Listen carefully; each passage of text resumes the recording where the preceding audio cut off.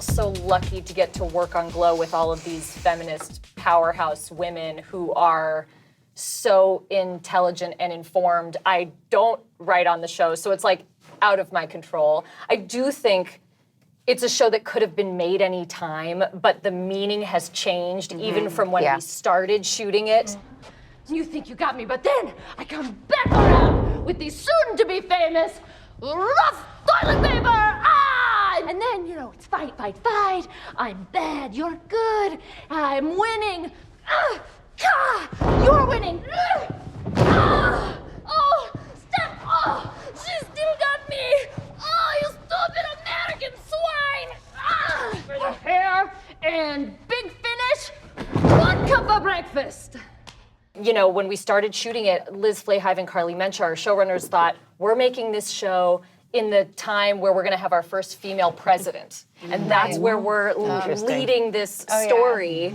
And the election happened while we were shooting season 1. And obviously, the tone of the world changed. And it gave the show a different meaning and a different importance. I agree that I think in the past I've felt much more timid about expressing, and I do still feel a little bit timid, and you can be targeted and belittled in a way that's like, you're an actress, why does your opinion matter? But it goes back to what you were saying, Tracy, about I'm a human being, I'm a citizen in this country. Yeah. So I'm allowed to have opinions, and now we're living in a time where it is more and more vital to stay silent because you're afraid of losing part of an audience. Right. Would be a real shame. Where I feel like in the past I'd be like, I am just an actress working on a comedy show, and I don't know, do I want to ostracize people who disagree? Right. But there's such glaring issues. Yeah.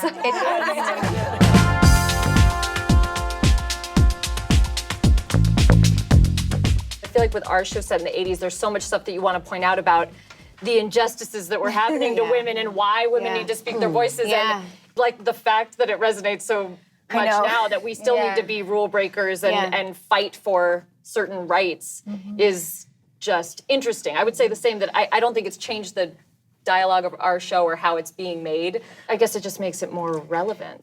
Early on in shooting Glow, Betty Gilpin, who's on the show with me, described our show as a Trojan horse, to get these real stories about women into men's homes who expect to see girls in tiny clothes wrestling each other. Right. But actually we're smuggling in truth and dynamic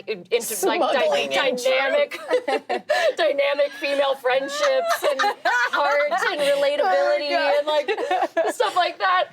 Smuggling about all of you in your leotards jumping out of a horse. It's talking about female friendship. That's awesome. Yes, I will watch your show that way. What is your personal favorite show or performance of 2017, 2018? Donald Glover as Teddy Perkins has been haunting me. Literal nightmares. And this is a person I know. Community. So to have him transform into that character, I mean, we all know him, but No, that was it was it took me a couple scenes even just to be like, is that? I knew in the first moment and then I got lost.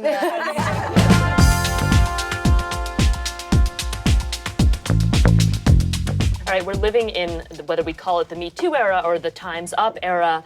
I'm curious for you guys how your world and your perspective has changed. The conversations used to happen in tiny rooms just with your best girlfriend of I don't think this was okay. With a little shame involved. Totally with shame involved. Yeah. And maybe I read it wrong with a doubt, and now it's the floodgates are open, but in a good way, where everyone is, the shame has been removed, the doubt has been removed. Hearing other women's stories in such an open and massive way has sort of given everyone permission to go oh my God, I'm not alone, and it's not okay.